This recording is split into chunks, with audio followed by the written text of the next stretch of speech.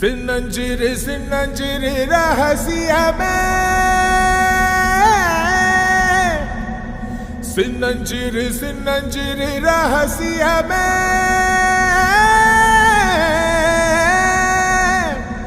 சின்னஞ்சிறு சின்னஞ்சிறு அதிசயமே,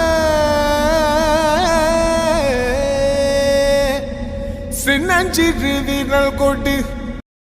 இப்போதாண்டி நீ பார்க்க ஜெஸ்ஸி மாதிரி இருக்க. இவ்வளோ நாள் ஏதோ பேய் அடைஞ்ச மாதிரி இருந்த. நீ வேற ஏண்டி ஏதாவது சொன்னாங்களா டாக்டர்? இல்லடி எதுவுமே சொல்லலை, நான் இங்கே தான் வெயிட் பண்ணிட்டு இருக்கேன். சரி சரி சாரிங்க. இல்லடி அவருக்கு ஏதோ கால் வந்துச்சு, அதனால் போயிட்டாரு. சரிடி, நீ அவர் வந்ததால தான் சாப்பிட்டேன், இல்லைன்னா சாப்பிட்ருக்கவே மாட்டேன். ஆமாண்டி, நான் கேட்டேன் என் மேலே மட்டும் இவ்வளோ அக்கறை எடுத்துக்கிறீங்க அப்படி. அவர் சொன்னார் இல்லை யாராக இருந்தாலும் அதைத்தான் செய்வேன் அப்படின்னு சொல்லிட்டு. அதெல்லாம் சும்மாடி, நீங்கிட்டே தான் வந்திருக்காரு தெரியும்டி. எக்ஸ்கியூஸ் மீ, மேரி அவங்க அட்டெண்டரா நீங்க? Yes sir. நீங்கள் அவங்களுக்கு என்ன வேணுமா? நான் அவங்க பொண்ணு. ஓகே, இன்னும் 1 ஹவரில் ஆப்ரேஷன் ஸ்டார்ட் பண்ணலான்ட்டு இருக்கோம். இதில் ஒரு சைன் பண்ணிடுங்க. சார் எதுக்கு இது? அது ஒன்றும் இல்லைம்மா, இது ஜஸ்ட் ஃபார்மாலிட்டி தான். உங்கள் அம்மா உயிருக்கெல்லாம் எந்த ஆபத்தும் வராது. பட் உங்கள் அம்மாவுக்கு பழைய நினைவுகள் இருக்கிறது கொஞ்சம் கஷ்டம்தான்.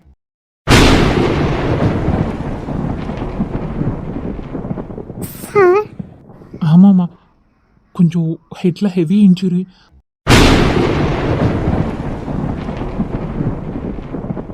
உங்களுக்கு ஆல்ரெடி நாங்கள் சொல்லியிருக்கோம், புதுசாக சொல்ல வேண்டியதில்லை. ஒரு சைன் மட்டும் பண்ணுறீங்களா? Okay sir.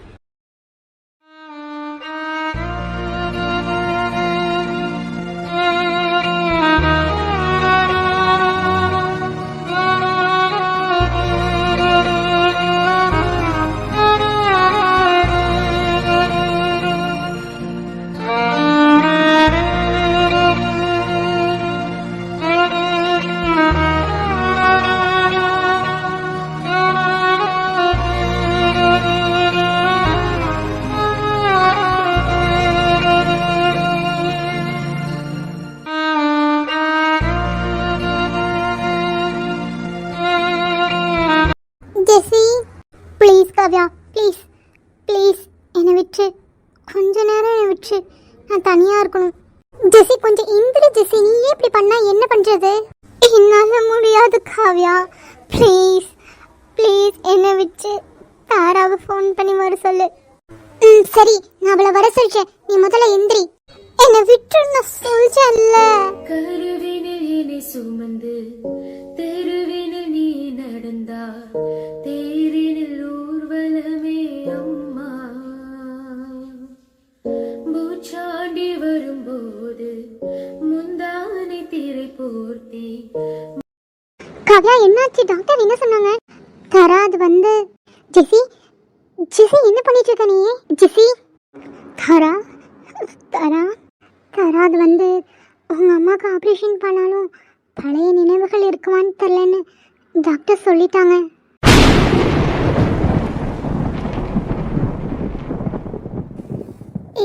என்ன சொல்கிறீங்க? தரா இனி நம்ம என்ன பண்ணுவோம்? அம்மா நம்மளை பார்த்துக்கிறத விட்டுப்படி நீ நம்ம தான் அம்மாவை பார்த்துக்கணும்.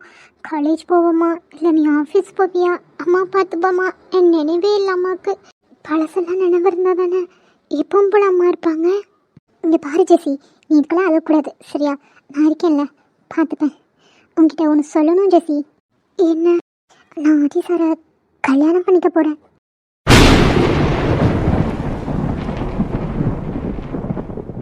என்னது கல்யாணமா? என்ன புரியல, என்ன திடீர்னு? அதுவும் அம்மாவுக்கு இப்படி இருக்கும்போது. இல்லை ஜெஸ்ஸி, அவங்க வீட்டில் ரொம்ப ப்ரெஷர் போடுறாங்க. இனிமேல் நானும் நீ அம்மா 3 பேர் அங்கேயே இருந்துக்கலாம் சரியா? அதுக்கு அவங்க வீட்டில் நான் எல்லாமே சொல்லிட்டேன் ஜெஸ்ஸி. நான் சொல்லி தான் கல்யாணத்துக்கு ஓகே சொன்னேன். இந்த மாதிரி எங்கள் அம்மா உடம்பு சரியில்லாமல் இருக்காங்க, எல்லாமே சொல்லிட்டேன். நீங்கள் நான் அவங்க கூட இருக்கணும்னா அவங்க 2 பேரும் என் கூட இருக்கணும்னு சொல்லிட்டேன். அதுக்கு எல்லாமே அவர் அக்செப்ட் பண்ணிட்டாரு. சொல்லப்போனால் நீ அவருக்கு தங்கச்சி மாதிரியும் அம்மாவை அவங்க அம்மா மாதிரியும் பார்த்துக்கிறேன்னு சொன்னார். அவர் சொன்னார். ஆனால் அவங்க வீட்டில் இல்லை ஜெஸ்ஸி, அதெல்லாம் பார்த்துப்பாங்க, கவலைப்படாத. எப்படிக்கா சொல்கிற? அம்மா இப்படி இருக்கும்போது கல்யாணத்துக்கு ப்ரெஷர் போடுறாங்கன்னு சொல்கிற. ஃபஸ்ட்டு நீ அவரை லவ் பண்ணுறியா? ஆமாம் ஜெசி. சரி, எதா இருந்தாலும் யோசிச்சு பண்ணு. ம், நான் நல்லா யோசிச்சதால தான் இந்த ஒரு முடிவை எடுத்திருக்கேன். அம்மா இல்லைன்னா நம்ம 2 பேரும் எப்படி தனியாக இருப்போம் சொல்லு. அம்மாவுக்கு நினைவில்லை, அம்மா பார்த்துக்கிறதுக்கே ஒரு ஆள் வேணும். அதனால தான் நான் இது எல்லாத்துக்கும் சரின்னு சொன்னேன் ஜெசி. புரியுது தாரா, புரியுது. சரி, ஆப்ரேஷன் எப்போ அதெல்லாம் ஏதாவது சொன்னாங்களா? அதான் தாரா உன்னை வர சொன்னோம். 1 ஹவரில் ஆப்ரேஷன் சொல்லிட்டு சைன் வாங்கிட்டு போனாங்க. அப்போ தான் சொன்னாங்க இந்த மாதிரி ஆப்ரேஷன்லாம் பண்ணால் உயிருக்குலாம் எந்த பத்தம் இருக்காது. பட் அவங்களுக்கு பழசெல்லாம் ஞாபகம் இருக்குமான்னு தெரியல. ஹெட்டில் கொஞ்சம் ஹெவியான இன்ஜுரி அப்படின்னு சொன்னாங்க. ம், ஹலோ, சொல்லுங்க ஆதி. தாரா, அது வந்து எங்கள் வீட்டில் உங்களை பார்க்கணுன்னு சொன்னாங்க. அதான் வரீங்களா? நீங்கள் ஃப்ரீயா? எப்போ ஆதி? அது இப்போனா கூட எனக்கு ஓகே தான் தாரா. இல்லை, இப்போ எங்கள் அம்மாவுக்கு 1 ஹவரில் ஆப்ரேஷன் சொல்லியிருக்காங்க. நான் ஹாஸ்பிட்டலில் இருக்கேனே. நான் வேணும்னா ஒரு 2 டேஸ் கழிச்சு வந்து பார்க்கவா? Oh, sorry sorry sorry sorry தாரா.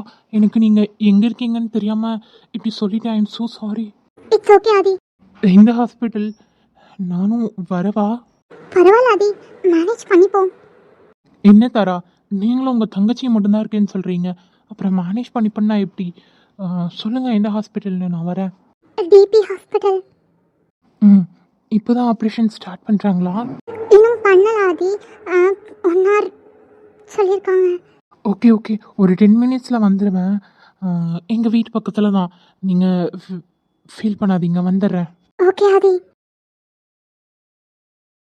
என்ன தாரா, இல்லை கவ்யா அவங்க வீட்டில் என்ன பார்க்கணும்னு சொன்னாங்களா? உங்கள் அம்மா ஹாஸ்பிட்டல் இருக்காங்கன்னு உங்களுக்கு தெரியுமா தெரியாதா? என்ன இது லூசுத்தனமாக இருக்கு. இவர் சொல்லிட்டாருல, அப்புறம் என்ன ப்ரெஷர் போடுறாங்க? இல்லை காவ்யா, எங்களுக்கும் அதுதான் நல்லதுன்னு தோணுது. நீ சொல்ல, நாங்கள் 2 பேர் தனியாக என்ன பண்ணுவோம் எங்கள் அம்மா வச்சுட்டு? நீ சொல்கிறது கரெக்டு தான் தரா, நான் இல்லைன்னு சொல்லலை. பட் அவங்க வீட்டில் உன்னை பார்க்கணுன்னு சொல்கிறது அதெல்லாம் ஒரு 10 டேஸ் 20 டேஸ் கழிச்சு வச்சுக்க கூடாதா? தெரியலையே. இப்போ என்ன சொன்னார்? இங்கே வரேன்னு சொன்னாங்க. ஓ சரி சரி தரா, நான் உனக்கு கேட்பேன், நீ உண்மையே சொல்லணும். சொல்லு காவ்யா. நீ ஜாயின் பண்ணி ஒரு 2 டேஸ் கூட இருக்காதுல்ல, அப்புறம் எப்படி? உண்மை சொல்லு, நிஜமாவே நீ லவ் பண்ணுறியா?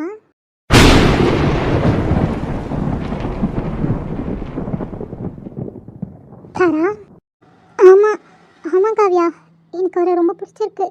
ரொம்ப நல்ல மனுஷன். சரி, பட் நீ பார்த்து 2 நாள் தானே ஆகுது, அதுக்குள்ளே எப்படி மேரேஜ்? அரேஞ்ச் மேரேஜாக இருந்தா அப்படி தானே? ஆனால் இது அரேஞ்ச் மேரேஜ் இல்லைல்ல, லவ் மேரேஜ். உனக்கு பார்த்து புரிஞ்சு அவங்க ஃபேமிலி எப்படி எதுவுமே தெரியாதே. ஆமாம் தாரா, எதுவுமே தெரியாமல் எப்படி? என்ன எப்படி கேட்குறாங்க? இப்போ என்ன சொல்கிறது? அது எனக்கு அப்புறம் முன்னாடியே தெரியும்.